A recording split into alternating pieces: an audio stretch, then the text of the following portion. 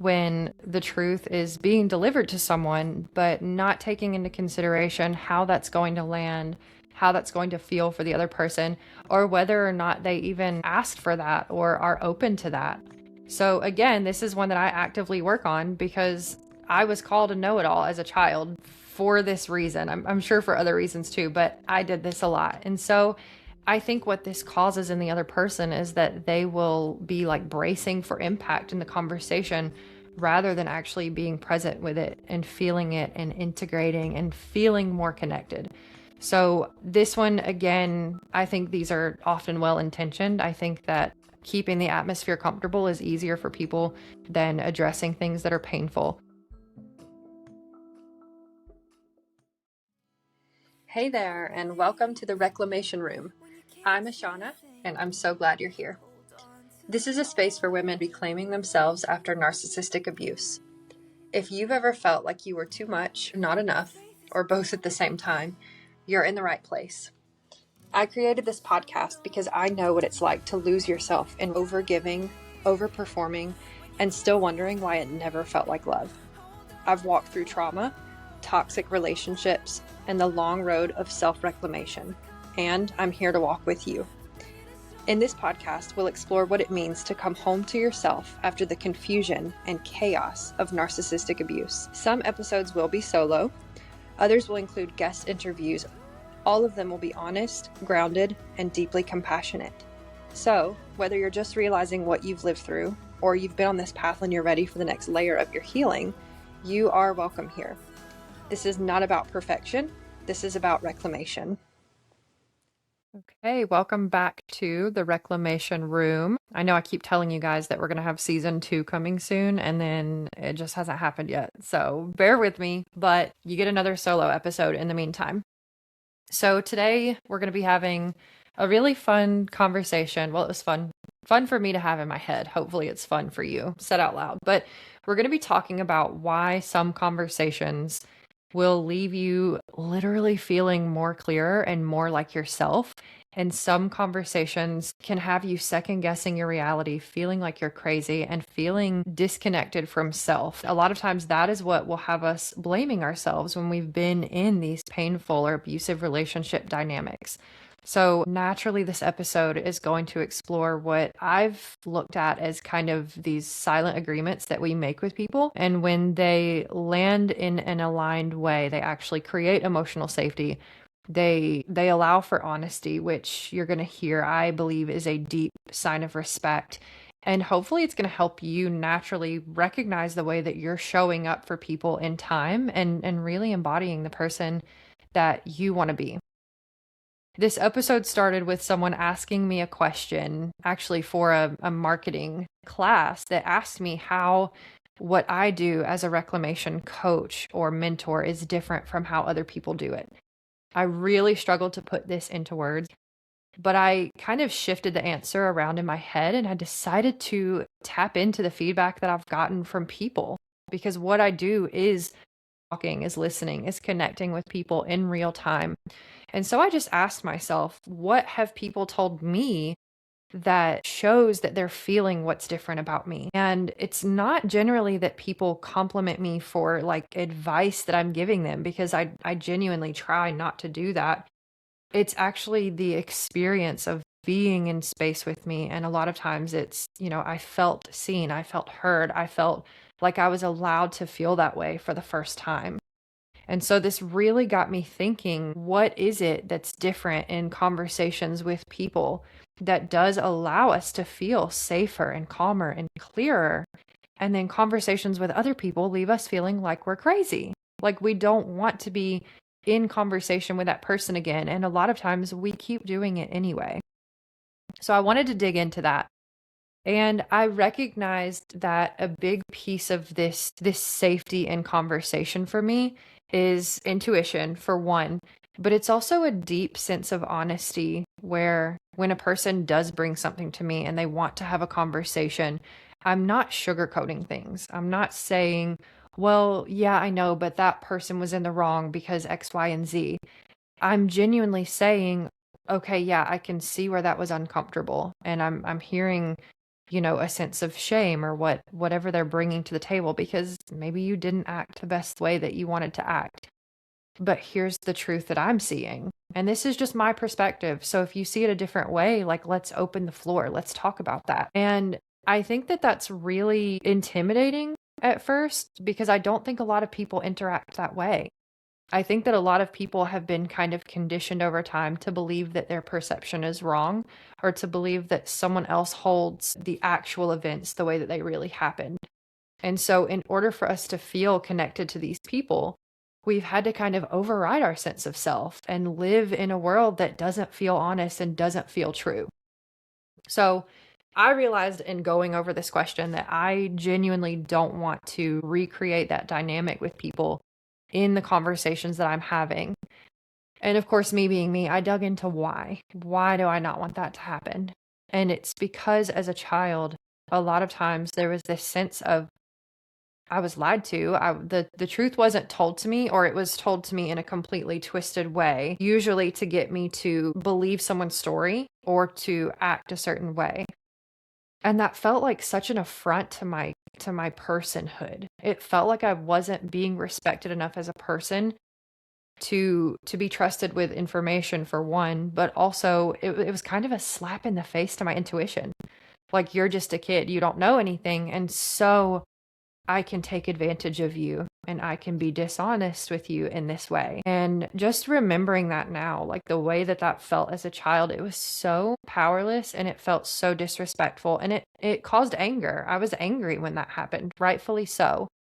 But of course, we hear anger covers over deep sadness. So what was I sad about? I was sad that there wasn't this connection or this attunement with this person enough for them to realize that they were hurting me by doing that. And so I've carried that forward with me now. I'm not trying to improvise in order to maintain connection with that person. I'm trusting them with a very vulnerable thing. I'm being really honest about my feelings, about my opinions, my perspectives, and I'm trusting you enough to give you this and then to offer the same in return. You can be just as honest with me, and I'm not going to judge you for it. Of course, we may not agree, and that's totally okay, but it's still a safe space that you can bring that. So this to me really like came to a discussion with myself about honesty and why honesty is so important. And so I kind of started to recognize that based on my prior episode about expectations, which if you haven't heard that one, I believe it's expectations and the quiet agreements that we carry or something like that. I'll tag it in the show notes. But this kind of is a spinoff of that, because I think that when we're in conversation with other people, we do make these almost silent agreements that we carry forward with us. And I think the first one that's really important to me to carry as a person, and let this land how it will. Like, if you're not this way, totally fine. Maybe get curious with what your silent agreements are. But my first one is that I really, really genuinely do not want to take ownership or authorship over someone else's experience. And this is something that I'm actively cultivating in my life, because I've noticed that we as people a lot of times will quickly jump to try to like interpret what the other person is saying. We want to finish their sentence. We want to show them that we understand them.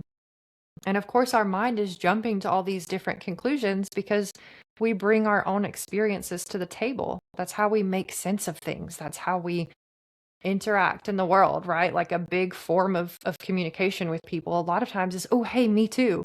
I experienced something like that too. Oh, that reminds me of this thing that happened to me. And there's absolutely nothing wrong with that. But I think that we can sometimes take that a step further, and it can feel more like advice, but as like a guideline of this is how it should be.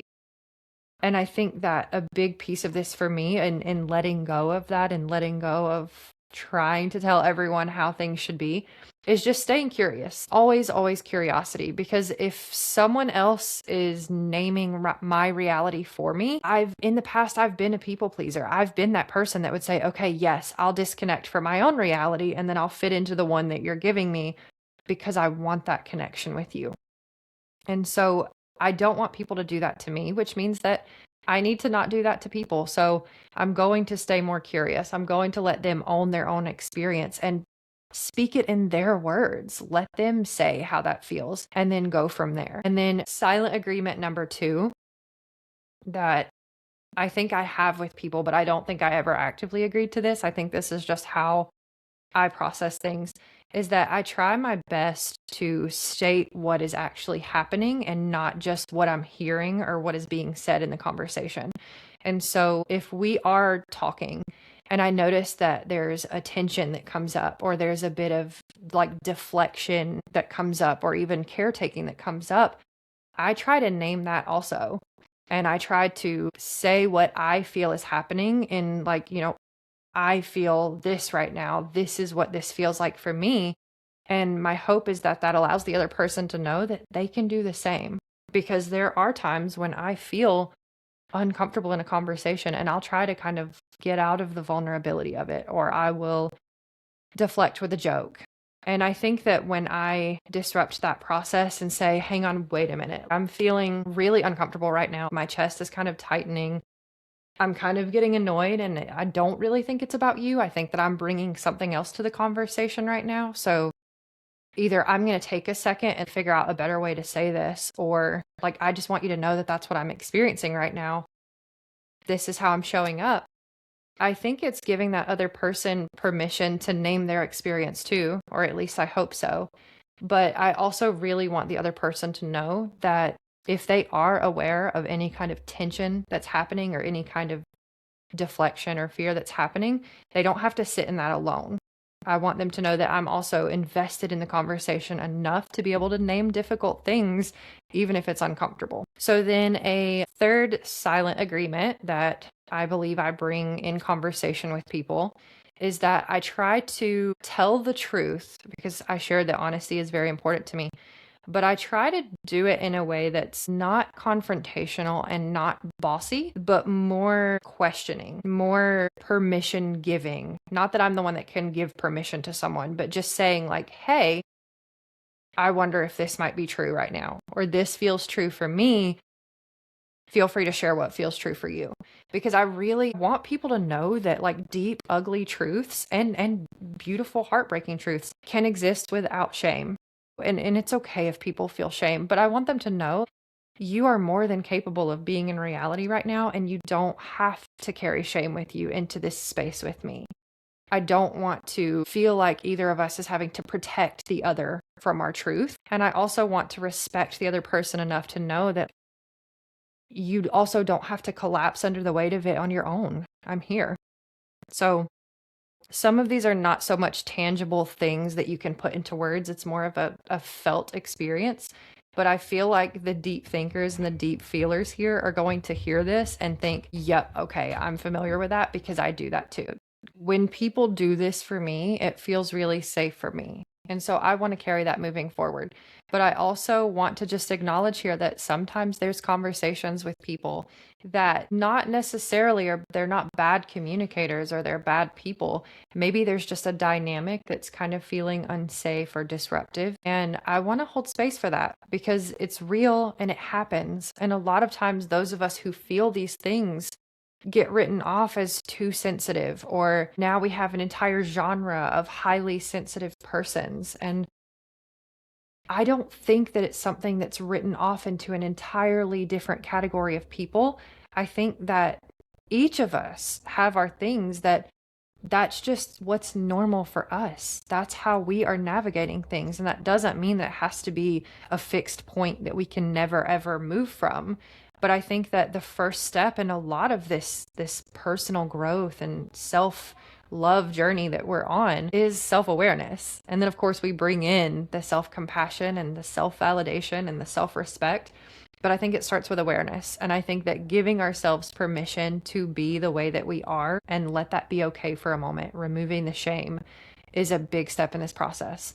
So I just want to validate for a moment that it is absolutely a real thing when we're in conversation with someone and these like safety agreements, as I've called them, are not being made. And that can feel really violating. It can feel really disorienting. So I want to just speak to a few of those so that someone listening may have the space to exhale for a moment and say, yes, this makes sense. Finally, there's a space for this. So the first one that I have here is when it feels like your reality is being rewritten or overwritten. And I just want to say this is a really fast track to not trusting yourself, because a lot of us being loving, we will be like, okay, I'll go with that reality, because sometimes it's wrapped up in a package that says, I really care about you and I want to take care of you. So this could be, are you sure you're not overthinking that? Or I'm sure that's not what they meant. They love you.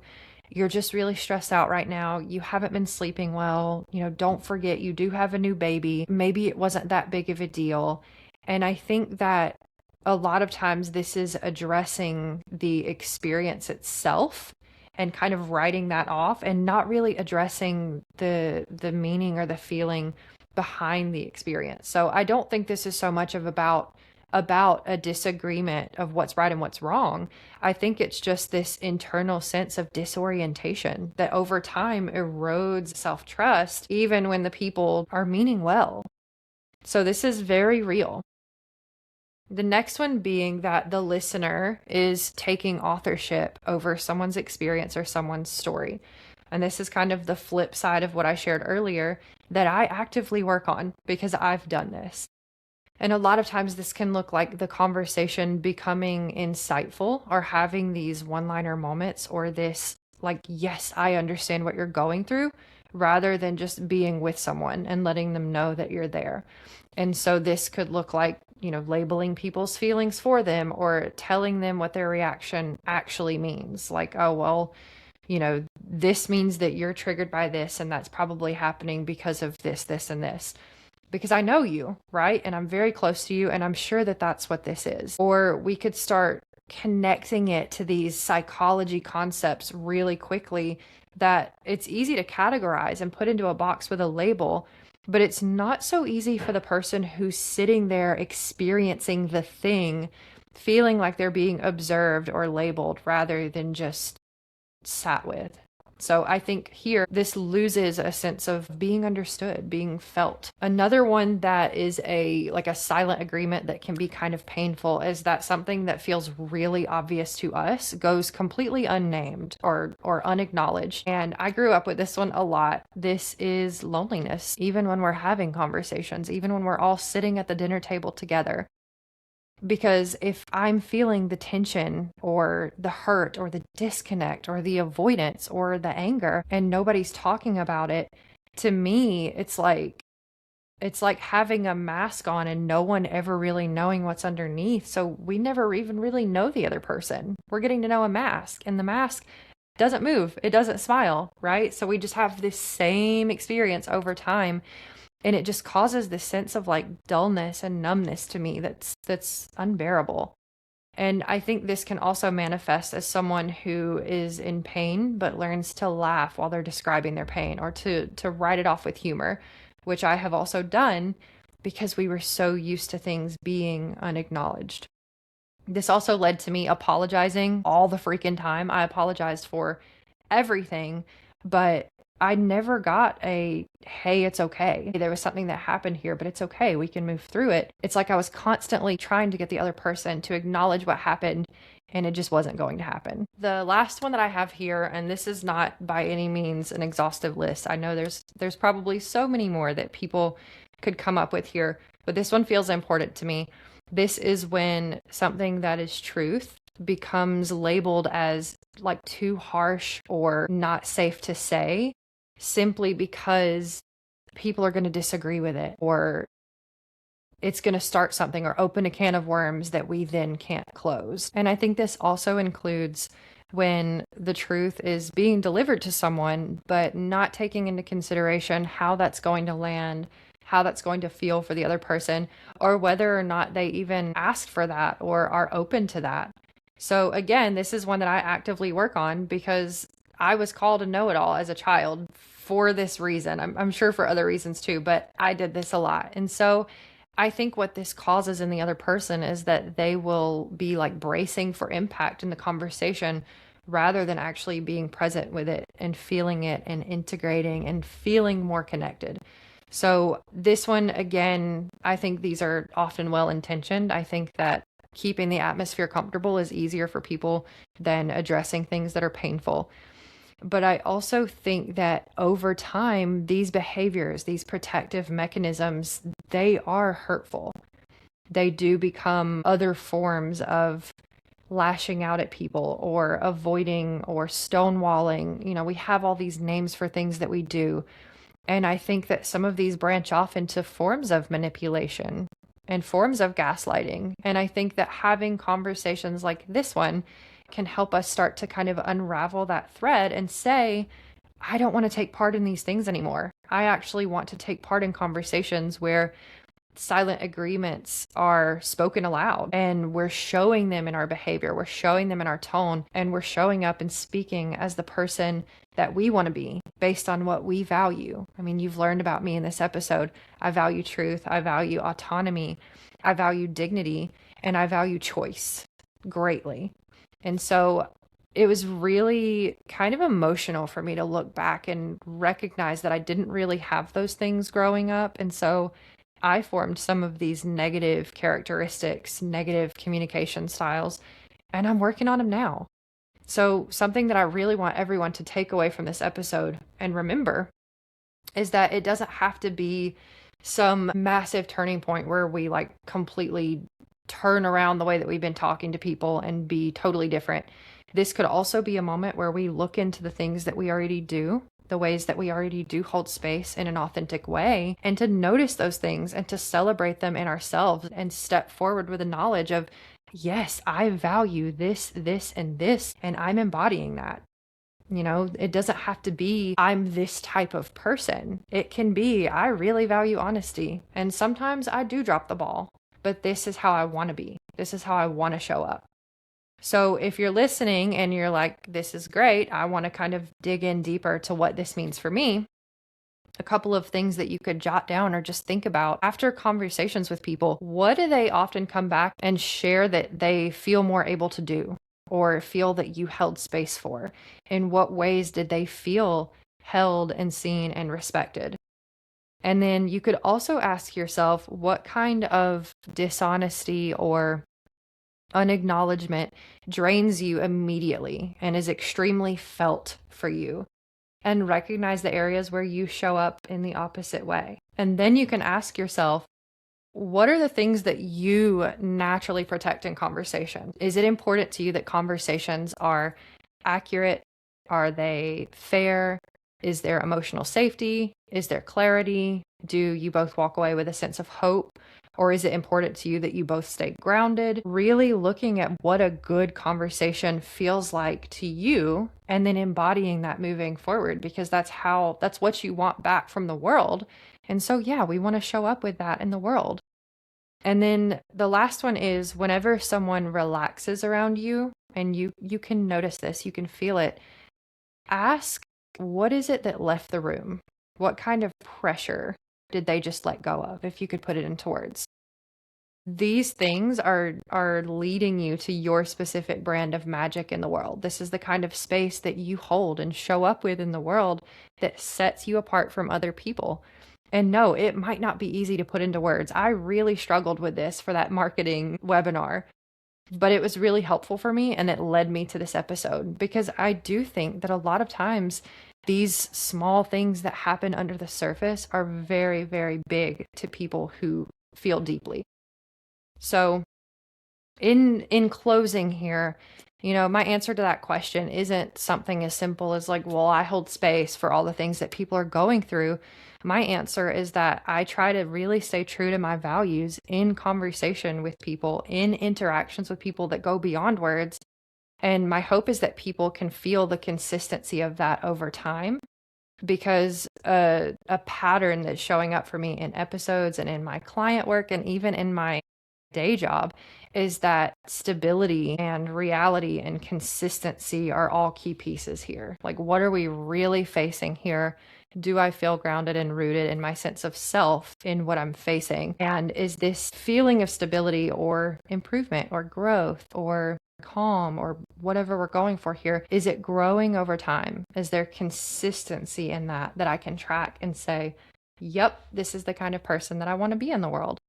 And if not, that's okay too, because for many years I was the complete opposite of that and had no idea what was going on. So my hope with these episodes is that they kind of make some semblance of sense for people who have felt misunderstood for a long time. I hope that they can put words to what some people may have been experiencing. And I hope that they can help open up more curiosity and more conversation over these experiences. So if this resonated for you, if you want to dig deeper, or even if you want to give feedback, you are welcome to email me, of course, anytime. My email will be in the show notes, but you're also welcome to join our weekly women's call. It's every Tuesday evening. It's on Zoom. You don't have to have your camera on. You can even have your microphone muted and just show up in the chat or just listen. That's totally fine too. But I do have further containers wherein people can work one-on-one with me, go through guided modules of programs that I've created, and just really dig in deeper to what I'm talking about here. Because I think that the self-love journey, this growth and learning journey, I think it is something that we're constantly doing, but I don't think it's something that needs to have some end point. We're setting our courses for and saying, yes, this is the point when I'll be good enough. This is the point when I'll be done healing and everything will be better. Every day is an opportunity for things to feel better. And I genuinely believe that it actually starts within you. So I hope this episode was helpful. I promise we will actually get season 2 up and running soon. I have to film a trailer, an intro, all the things behind the scenes. So stay tuned for that. We're going to drop a couple other guest episodes here soon, and I will see you in the next one. Thanks for spending time in the Reclamation Room. Be sure to follow or subscribe so you never miss an episode. And if this supported you, consider sharing it or leaving a review. You're not alone, and your reclamation is sacred.